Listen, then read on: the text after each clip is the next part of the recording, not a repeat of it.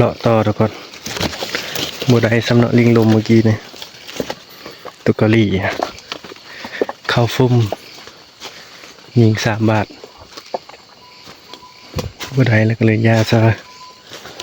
เลาะการต่อเนาะ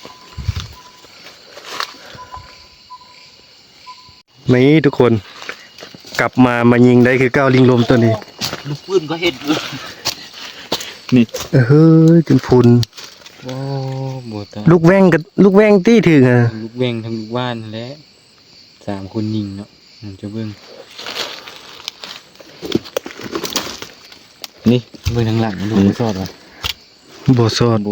ลูกแว่งตี้กับสอด สอดดีดอก บ่ตอนไอ้ยิงตอน แวงเลยตัวนี้มัน นู้มันกระถึกอยู่เนาะคิดว่าสิบ่ถึก นี่ ลูกแว่งกันนี่บ่กระทั้งหลังนี่นะนี่ตอนมันห้อยอยู่หั่นน่ะนี่แหละเบิ่งวางลงเด้อไอ้ตัวที่2ทุกคน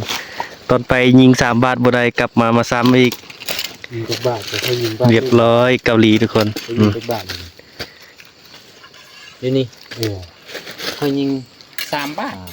สุดยอดเลย ลุงยิงทุกบาทเลย โอ้หลายอยู่เลยไอ้6-7 บาทพุ่นเลย5 บาทเนี่ย แม่นว่าจะยิงอยู่นี่2เนาะแล้วก็มายิงอยู่นี่ ได้ละตัวที่2 มันเจ็บจำน้ำมันจะบุไปใช่ไหม เดี๋ยวเลาะการเติมเนาะบัดนี้กี่มาดอีกแล้วทุกคน ติดตามยาวๆ